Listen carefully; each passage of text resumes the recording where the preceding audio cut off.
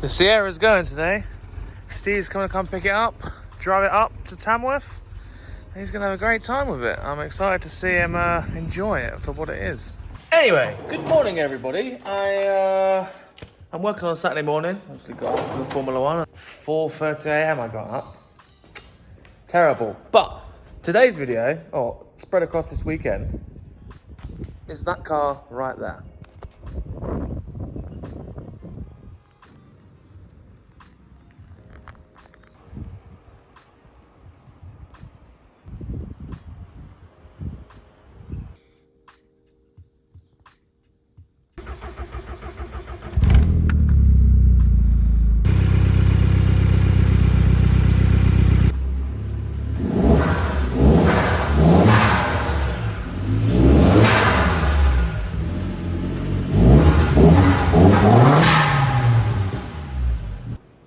A nice summer's day has just turned into rainy England again. And obviously this has got bare metal in the engine bay, so we can't leave it outside.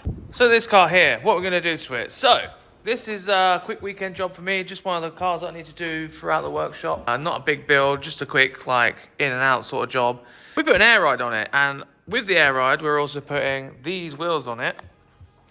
Pretty fancy. On top of that, I just opened the door and the trim just hit the wing. That was really annoying. Let's try to pull. Anyway, on top of that, we have these arches. Now these are like Boomerang replica arches. I put a couple of pictures here of some Boomerang Golfs. I remember seeing Boomerang Golfs back in the day, and never really seen any in the UK ever since that. But we're going to be putting these on this car here. So obviously the original GTI kit has got to come off. This is an original 16 valve Mark II GTI. Obviously it's got a 180 in it now, so it's not original anymore. And the Marmite thing that we have is the rear spoiler, the rear Boomerang spoiler. So this is this will turn a few heads. This goes on the back, on the boot, just like that. And yeah, that's one of those. Hear me out. Obviously, we've got to make a boot build as well, so we're going to put a tank at the back, put the water trap on show, and then pretty much everything else will be in the spare wheel well hiding. So yeah, we'll still have a usable boot space, just the tank on show at the back. So I've got some wood for that, got some black carpet, pretty simple. If you're a regular on the channel, you'll have seen I've already bagged a few cars, so I won't go into too much detail on this car, but I thought I'd make a video out of it anyway, because, well, that's what I'm doing, so that's what you're getting. I'm gonna do all the boring bits off camera now, and then I'll just show you the appearance changes.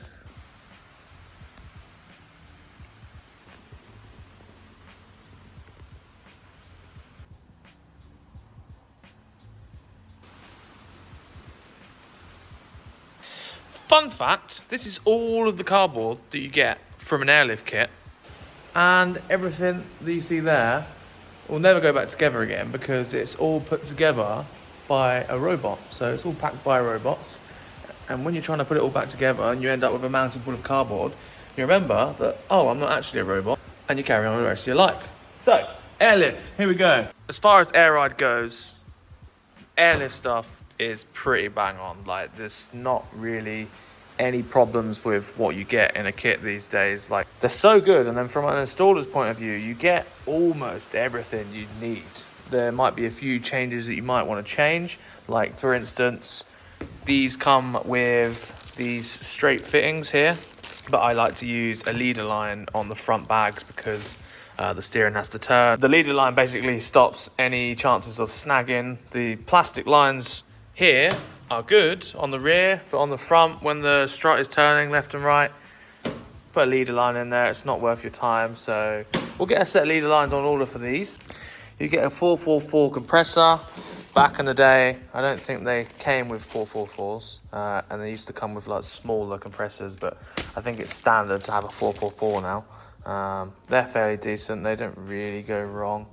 As long as this is all installed properly, you don't really get any problems. The way I see it these days is, if you're trying to save money on air ride, you're going to pay the price in the long run, and you might as well just buy Airlift stuff.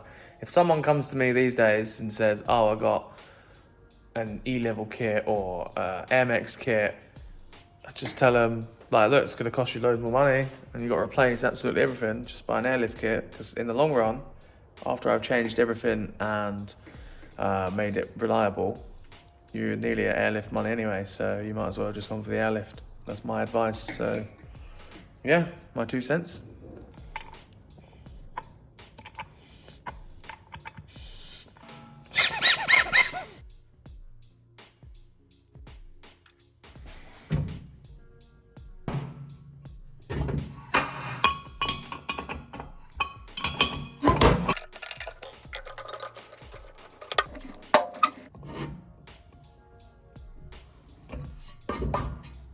Tight.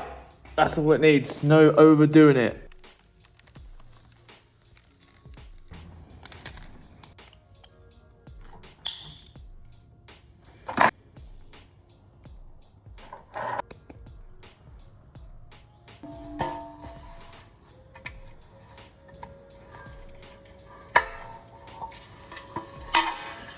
So this thing here, once it's all mounted, you pull that, that lets the air out of the tank, and then this one here, that's an inflation valve. So if your compressor dies and you're stranded with the vehicle that's stopped on the floor, you can just fill the tank up with air from like a normal bike pump or something like that. So tank's sorted, let's get it in the boot. Just found a little something down behind the seat here.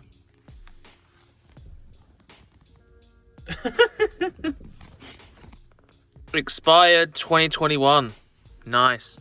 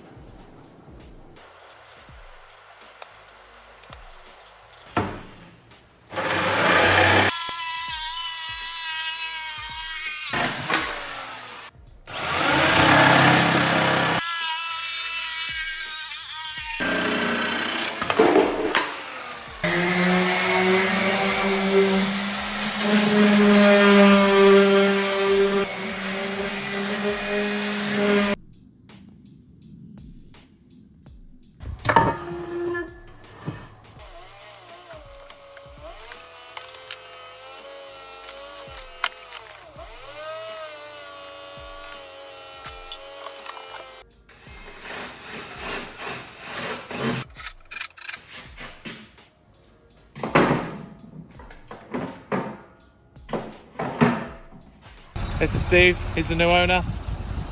He's to drive it to Tamworth this evening. Oh, today. Yeah? Enjoy your £13 car. Yeah, it'll cost me more in future. Yeah, I'm sure it'll cost you a bit more, but that's all good. Thank you, Steve. Thanks, Josh. No worries. See you later.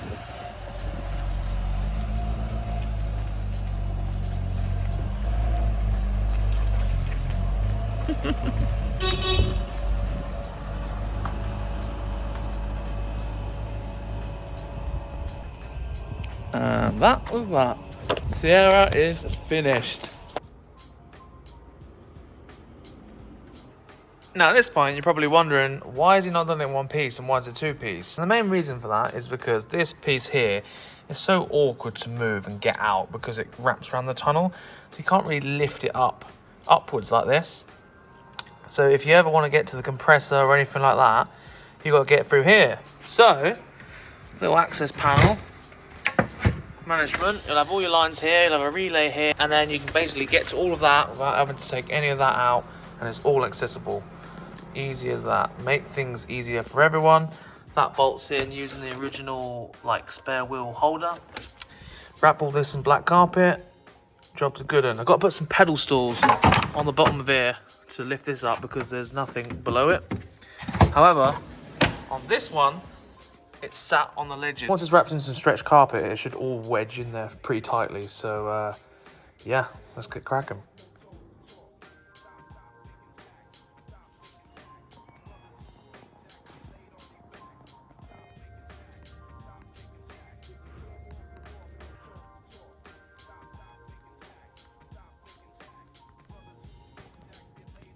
I love it when the car just breaks a brake line by just going on the ramp. Look at that. See, look, that's the bracket it's supposed to go in, and someone has put it in this one, and it's literally rubbing on the brake on the brake compensator valve spring thingy. It's just snapped the brake line when it was off, like offload on the ramp. People are so dumb. That's what it's supposed to look like. Go up there. Look, they did this one right, and then this one they did some weird shit. Some people, man.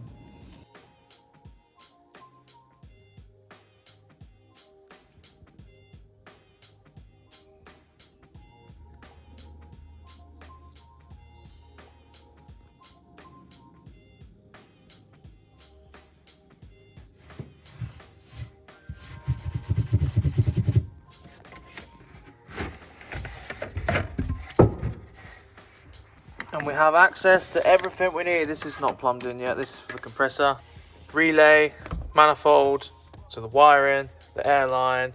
There's the filter. There's not much else that you really need to get to unless you're taking it all out. Simple install, easy to use. This is a bit tricky to get in because it's quite tight, but you get the gist. It's a two-hander. You want it to be a wedge fit in there, you see.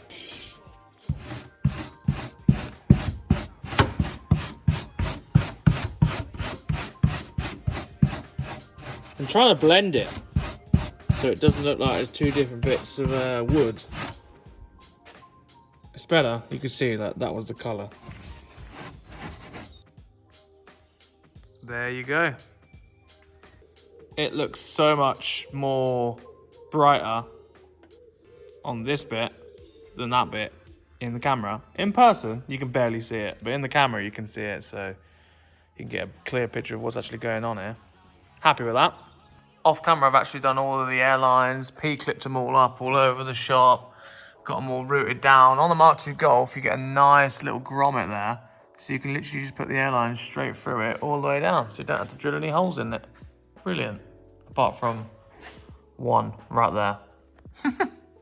Struts are in as well, apart from this side, which I still need to do a chassis notch right here. So I'm doing that tomorrow. It's like 6 o'clock now on a Sunday. We need to get leader lines delivered. Probably end up turning up on Tuesday, so it won't be in this video. Monday, what we're going to do, we're going to chassis notch the car.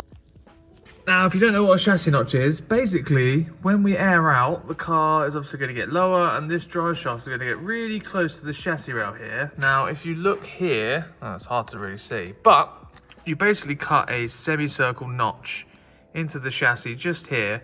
I like to jack the car up like it is, get it as close to the chassis as possible, then mark it, that's what that little white line is, and then big hole saw through it, make sure there's no brake lines or boost pipes or something behind here. Drill a hole through it, weld it back up, weld a new pipe in there, and yeah, that's pretty much it.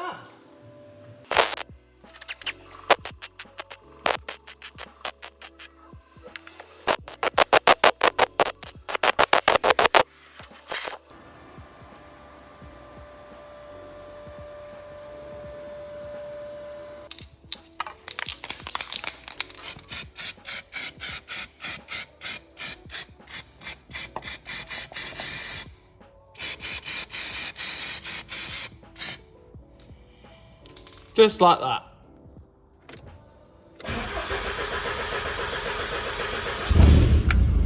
Had a dodgy ignition switch on it.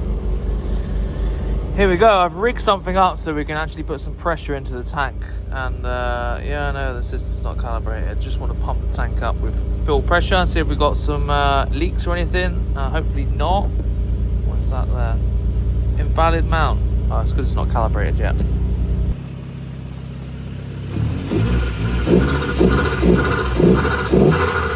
That will never get old.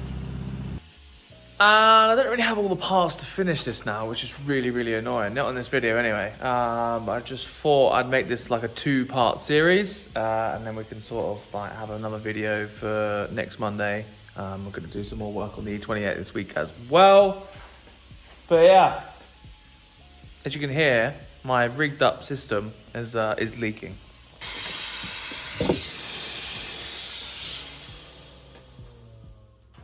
Ooh, there you go. Lock off. So I'm not gonna be able to finish this car in this video, unfortunately. I know it's a tease, but we'll have a 2-part series. The second half of this video will be putting these arches on, trimming the rear arches and welding them back together, putting the spoiler on, getting the wheels on, and get a whole nother episode out of it, and it will be finished that way. And I can drive it. Obviously, I wanted to get this on the floor and drive it. The brakes broke, so we can't drive it yet. We haven't got the leader line, so we can't drive it yet. So yeah, just waiting on a few bits and bobs. Sorry about that, but I hope it's enjoyable to watch regardless. I just wanted to touch on Steve taking the car away. He drove it home faultlessly, had a really, really good time with the car. He's really happy. He's got a few little bits and bobs that he wants to sort on it, like the little bits of rust on the bottom of the door and stuff. And yeah, he's really, really happy. He's took it up to Tamworth. Thank you to Steve. Thank you for taking part. Thank you to everyone that took part. Steve does have a YouTube channel, which I'll try and find and put a link in the description. And he reckons he'll do a couple of little videos on that as well. So you can keep up with the car there. But yeah, that's the end of Sierra content from me anyway. In future, I would still like to find a Sierra estate, but this is well in the future. Right now, obviously I have way too many cars here, and you know, I haven't actually got time to do another Sierra, you know what I mean? Good news, the last couple of days, or this whole weekend, I've spent a lot of money for the Prelude. That Prelude right there. So I think this weekend I'm going to try and get it rolling again. I'm not going to be able to do the hydraulics this weekend because I haven't actually got any wiring for it. But also on that, I've bought a ton of stuff for the E24. And I'm still searching for a lot of stuff as well. So the E24 is basically in preparation. I've bought a set of wheels for it, which I won't show you yet, but I needed to buy them so I could get the car sitting how I wanted it to sit before the car gets painted. So that was like my first priority. And then I bought loads of suspension arms, bushes, I bought loads of stuff for it. So get excited for that. It's happening. We've got about 3 months to finish it. We're gonna go hard on it in the next couple of months. So be prepared for that. I just thought I'd end it there, let you know what's happening. Thank you to Steve. Thank you for everyone that's watched this video. I'll do another one on it, but right now I haven't finished it and I can't finish it, and that's all I've got for you. So happy Tuesday. I nearly said Monday, but yeah. Thank you very much. Goodbye.